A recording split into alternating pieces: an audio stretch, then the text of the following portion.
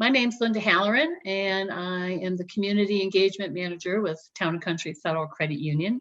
I want to thank you for joining us tonight for this virtual financial wellness workshop on lending solutions for today's housing market. A day hardly goes by when we don't see something in the news about the wild housing market that's happening here in Maine, or all over the country for that matter. We hear stories about houses in our neighborhoods that sold for thousands of dollars more than the asking price in just days. And you probably are asking yourself, like many of us, what should I do now that interest rates are bumping up? Should I sell, remodel, refinance? If I sell, where do I go? What can I afford? And these are the kinds of questions that every day we are hearing from our members. So that's why we are offering this workshop tonight. So we can help answer some of these questions and others that you might have that you brought with you tonight. And we'll hear from a panel of Town & Country experts from our mortgage and consumer lending team to dig into this topic. Lisa Belfleur and Shannon Seegers are two of our mortgage loan officers, and Samantha Wadhams is the manager of the credit union Saco branch. Let's welcome Lisa, Shannon, and Samantha. Again, my name is Lisa Belfleur. I'm the Vice President of the Mortgage Department here at Town & Country. I have been with Town & Country since June of 2015 and been involved in lending since 1988. Again, thank you for joining us tonight. And I'm Shannon Seegers, one of the loan officers as well. And I came on board with Town & Country back in 2015. Been in the industry since 2001. I've played a bunch of different roles, loan processor, junior underwriter, and ultimately has provided an excellent context when assisting folks like yourself. I'm so happy to be here tonight to chat. Hi, I am Samantha Wadhams, and like Linda mentioned, I am the branch manager of our Saco branch. I've been with the credit union I just hit my 10-year mark, so time flies. And I've been, of those 10 years, in the lending portion of it for about 8 of those. So it is great to be here with you all tonight. We are Town & Country. A little bit of a background about Town & Country. We have been assisting members with their financial needs since 1953.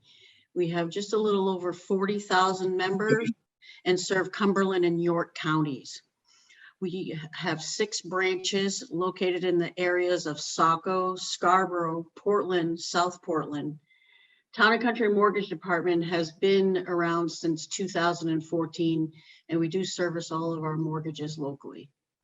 What we plan on covering this evening are the following topics: the current Maine housing market, preparing to buy or sell, home buying financing options, refinancing your home, maximizing your home's equity. The housing market in 2021 and continuing into 2022 has been unique for sure. Here at Town & Country, we want to help you navigate through this process and not get discouraged about being a homeowner. With patience and knowledge, we will assist you in becoming and finding the home of your dreams. Current Maine home sale trends. The median home sale price outside of York and Cumberland County is currently $365,000, which is up 21% from the first quarter of 2021. In York and Cumberland County, the median sales price is $429,950. As in 2021 and currently again in 2022, it is a seller's market. The low inventory is resulting in sales dropping about 22% in the last year. Buyers on average are paying over 20% over asking price for homes. And in 2021, 63% of all sales were sold over asking price, a trend that is continuing through 2022. In 2021, there were 20,401 homes sold in Maine, which is at a rate of 2.41% gain from 2020. New construction has become increased over this time period, but due to requests for building permits from municipalities and supply and demand for building products, it's been difficult for targeting timingness for these homes to be completed. So there are delays of homes being built, but this doesn't appear to be holding borrowers back. New construction is a very common product in this mortgage market. As for mortgage rates are on the rise for sure. We are in a rising rate environment. Rates in the beginning of the year were in a low 3% range for a 30-year term. Today, the average rate for a 30-year fixed rate mortgage is in the 5.5 to 5.625%. And these rates are based on credit score and loan to value. This can create difficulty for borrowers who are on a tight budget with a rising market, but it should not discourage you from being prepared to purchase a home. Obtain a pre-approval from us here at Town and Country to prepare yourself for when that home comes on the market. Patience is a key during this time of low inventory. We want you to be prepared by having this pre-approval. And during the time that you're waiting for the home that you're looking for to come on the market and possibly obtain an offer, continue to save the money that you have been saving and continue to keep your credit on track. This will enable you to be in a better financial situation when that home comes up that you're able to make an offer on. Town and Country offers an array of competitive loan products at the credit union, primarily conventional and portfolio loans. We are a local lender. We focus on building long-term relationships with members now and even after the loan closes. We service all of our mortgages locally here at Town and Country. You will always talk to somebody within one of our branches or our mortgage team who are located at the Operations Center in Scarborough. Tonight, we talk about some things for you to consider as you contemplate your home financing options in this current market. Whether you are a repeat buyer looking to downsize, upsize, refinance, remodel, or take cash out, we hope to provide you with the knowledge and financial support to help you make that next move. Please visit our website at www.tcfcu.com under the Mortgage Center for a list of resources, our current interest rates, and facts about the home buying process. Again, thank you for joining us this evening. I'm going to dig a little further into what Lisa just shared when it comes to preparing to buy a home and considerations to make as you kind of embark on the home purchase in this unique, crazy market, if you want to call it. The first thing to consider is budget. Got to make a budget, and you have to stick to it. It's more important than ever to be aware of your comfortable affordability range. More often than not, someone may qualify for more than their comfort level. Say you qualify for a mortgage payment of $2,500 a month, but your comfort budget level is $2,100. That extra $400 could prove problematic or stressful a few months down the road once you close on that loan. And then also, budget shouldn't just be set only on a monthly basis, but given the competitive nature of the current market, setting a cap on down payment as well as purchase price is imperative. More often than not, just because someone else out there is willing to pay $20,000 or more above an asking price doesn't mean you have to. So really being cautious about those two things.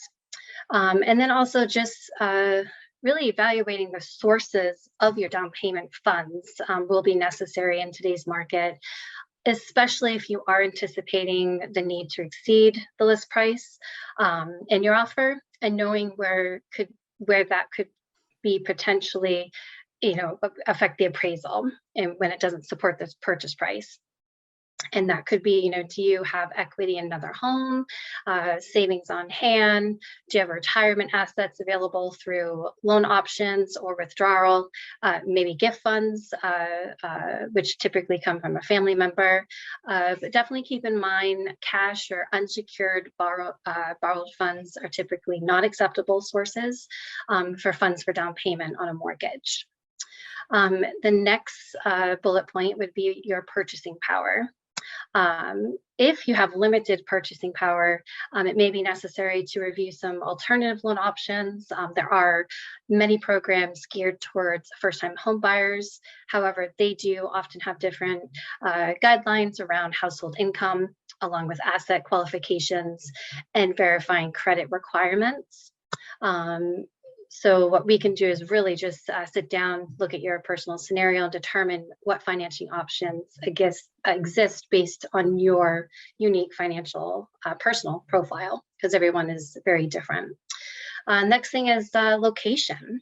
Where do you want to live? Someone may have always had a desire to live close to Portland, but the rise in home prices is pushing a lot of folks away from the urban areas that they're desiring, requiring more substantial upfront investment.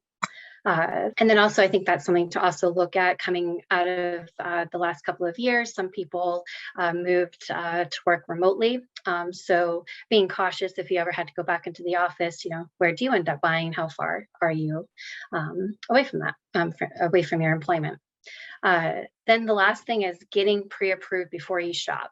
I would say I can't really think of many real estate agents that will take the time to show your house or even get the process started on their side without a valid pre-approval letter. Some lenders, something to be aware of, they do something called pre-qualification. That is based on unverified information, which really doesn't bode well in the current market conditions. Getting an actual formal pre-approval based off your validated credit pull, income, and asset evaluation.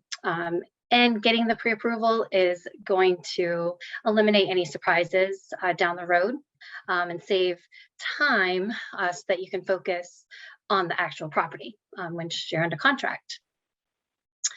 All right, so on to the next screen. Lots of home buying financing options out there. One thing to mention is Town and Country does finance properties across the whole state of Maine. So that's important to put out there. Many lenders don't do that. Types of properties that will finance: condos, single family homes, camps, and the camp, it can be a seasonal property. 1 to 4 unit buildings. We do parcels of land, as well as manufactured homes on its own parcel of land itself, or mobile homes rather. We will consider obviously a primary, secondary, as well as investment financing. We do have our portfolio loan product. This allows flexibility, and that would be maybe working with someone who has possibly credit issues. That could be bankruptcy, or it may not be the borrower themselves, but the property is unique. So it allows that flexibility for us via our portfolio. All right, and then on to refinancing. I would say today, when it comes to refinancing, I think many people are asking themselves, well, one, does it even make sense? I would have to say in the last few years, a lot of people have been able to secure a low rate because maybe they have already refinanced or they bought a home at the lower rate market. Reason someone might refinance today in a increased rate market would be life-changing events: divorce, heading into a retirement, loss of spouse, kids going off to college, just growing family, things that are just completely out of their control, so they really can't do much about that. Another reason that someone might be refinancing would be to save money, to improve their monthly cash flow, maybe remove PMI, mortgage insurance from a purchase, lower the rate, reduce the term.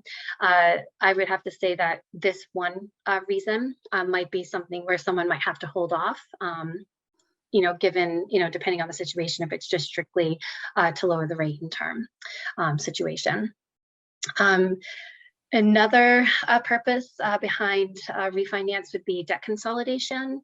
That could be combining a first, second, sometimes even a third mortgage, consolidating some escalated credit card debt or other installment debt with high rates that might have longer terms.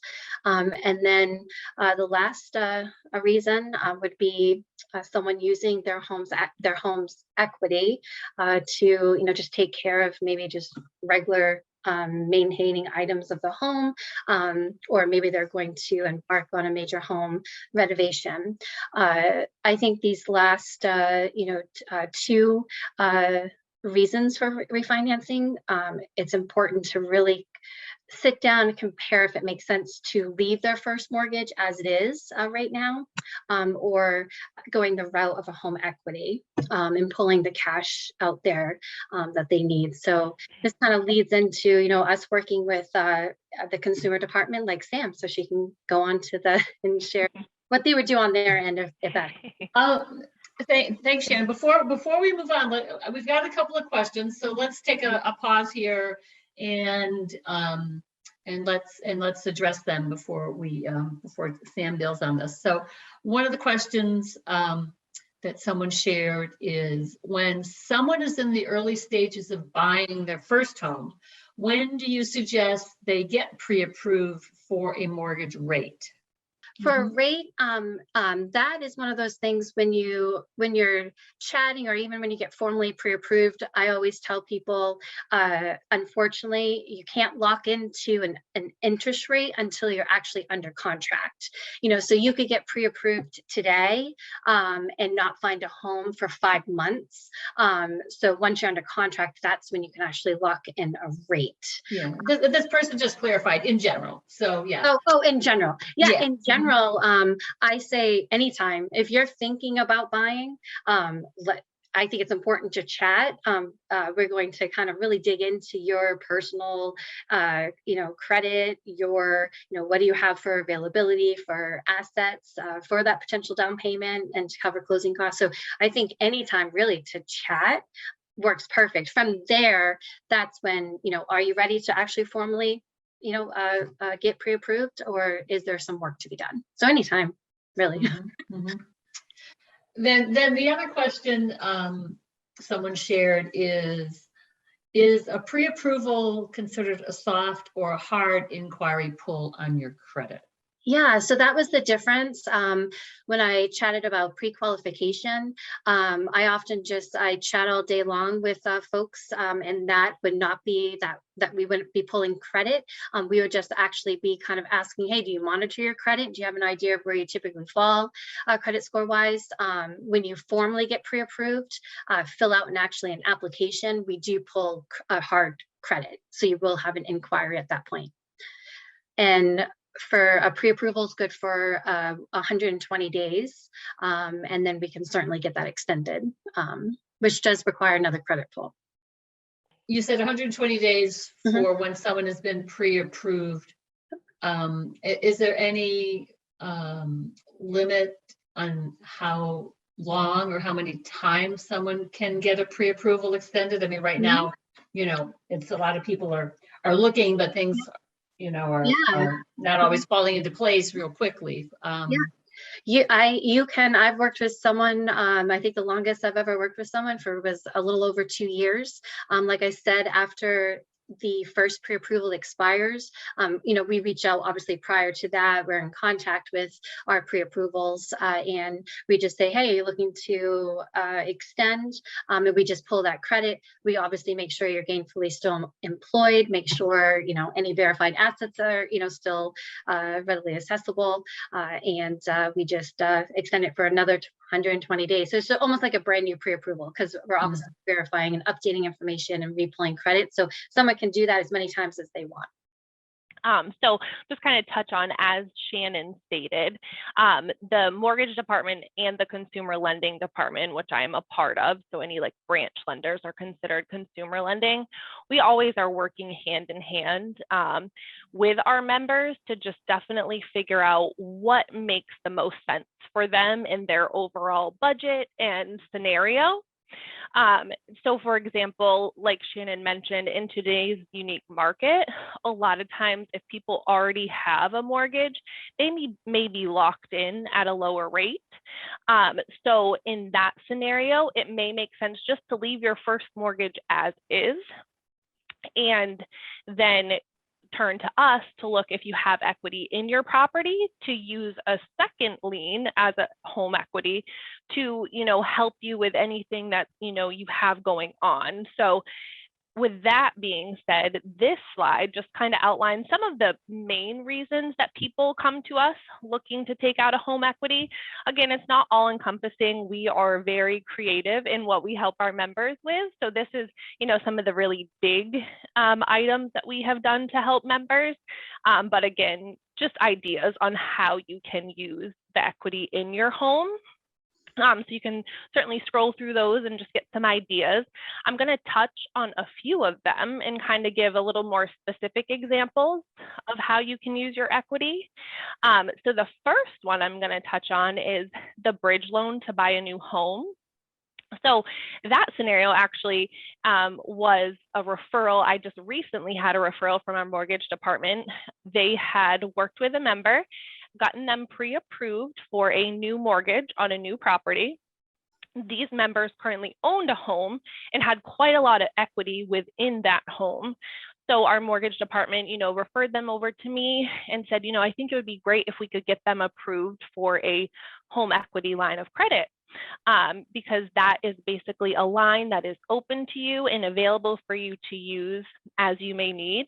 And in this unique kind of crazy market, they can use it to maybe draw on to put a decent down payment down on their house.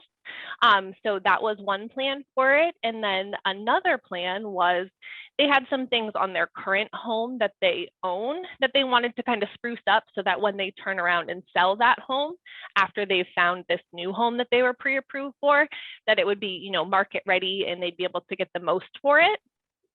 So that's kind of an example of a bridge loan. It's there to help them get into the best position, getting them into that new home.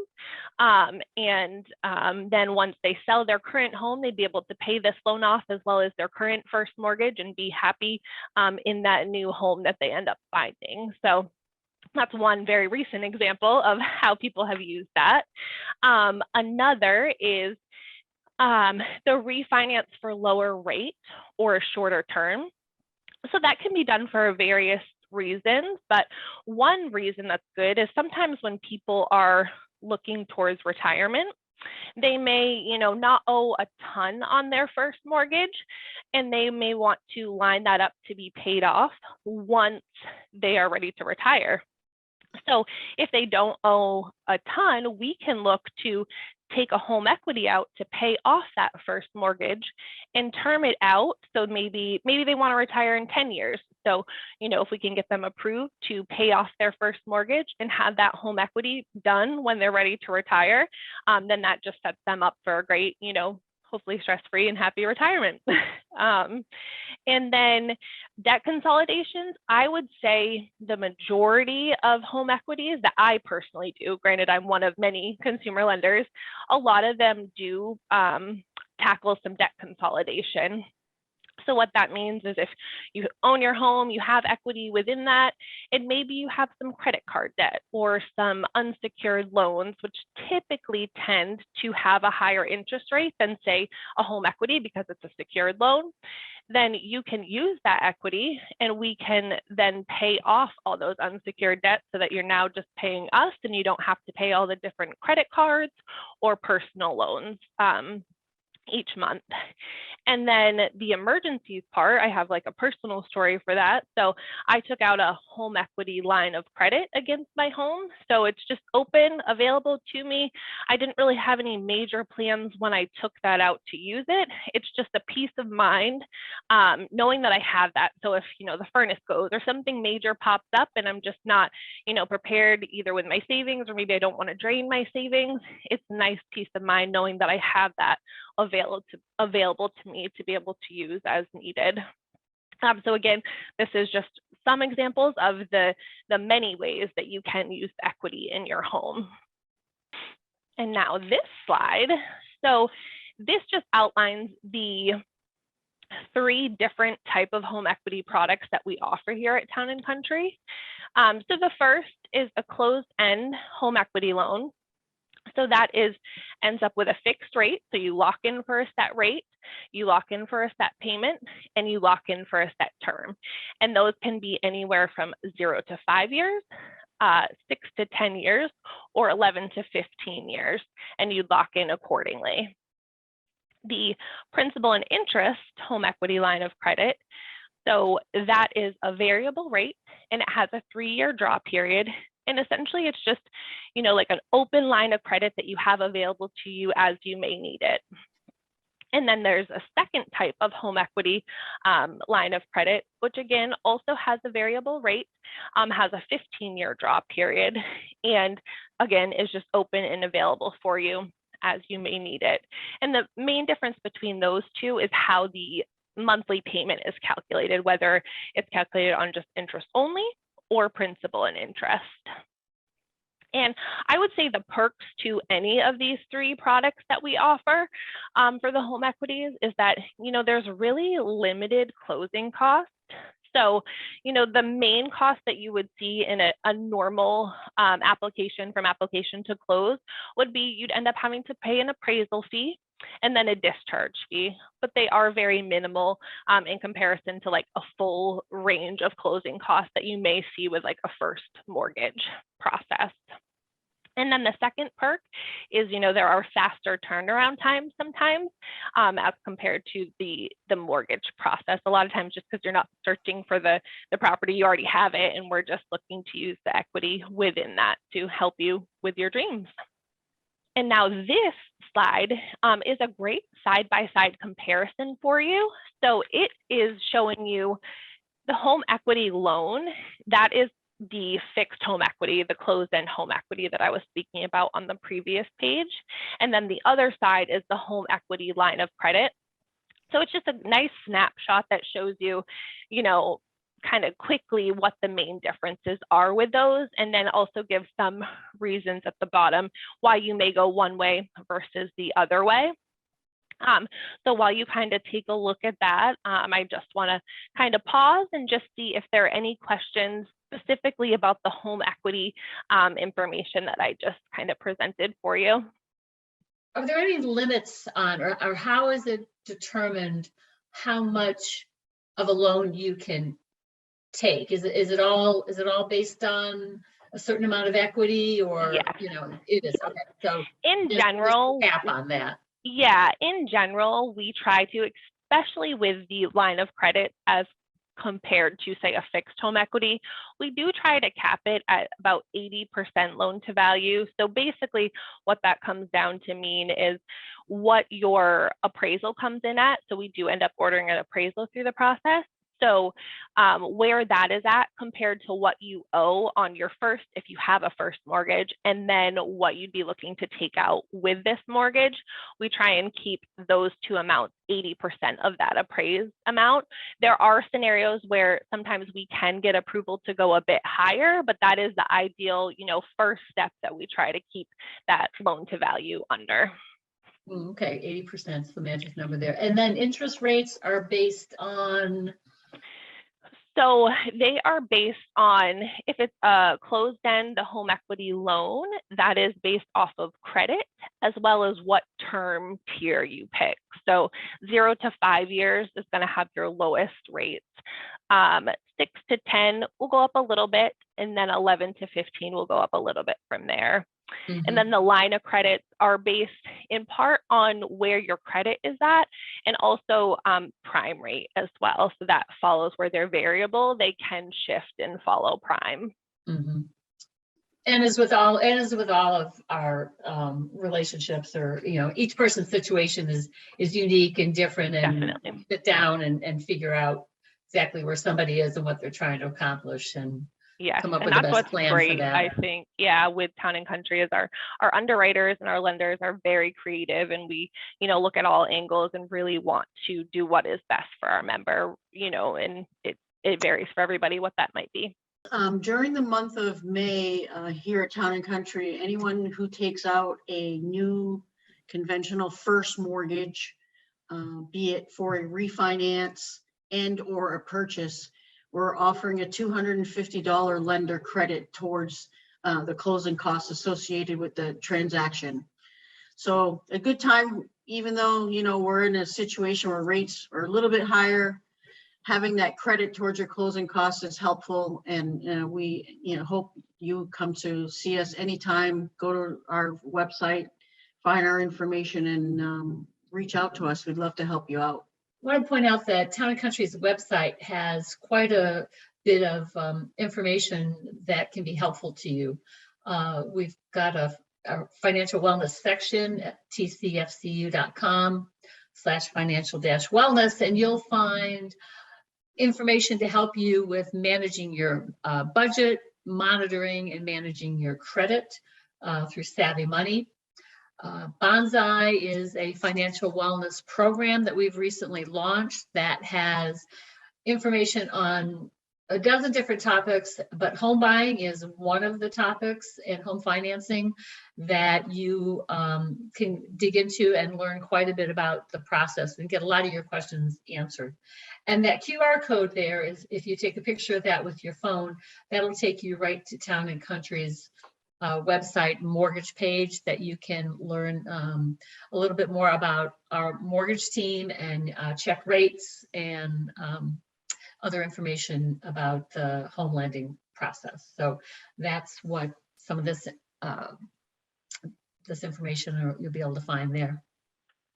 So we do have one more question that's popped up. What's the reasoning for choosing one specific lender over another? Do different lenders offer different perks, rates? Every lender in the mortgage industry, for most cases, closing costs and so on are typically the same. They can be probably tailored more with your underwriting and processing fees, may be different between lenders.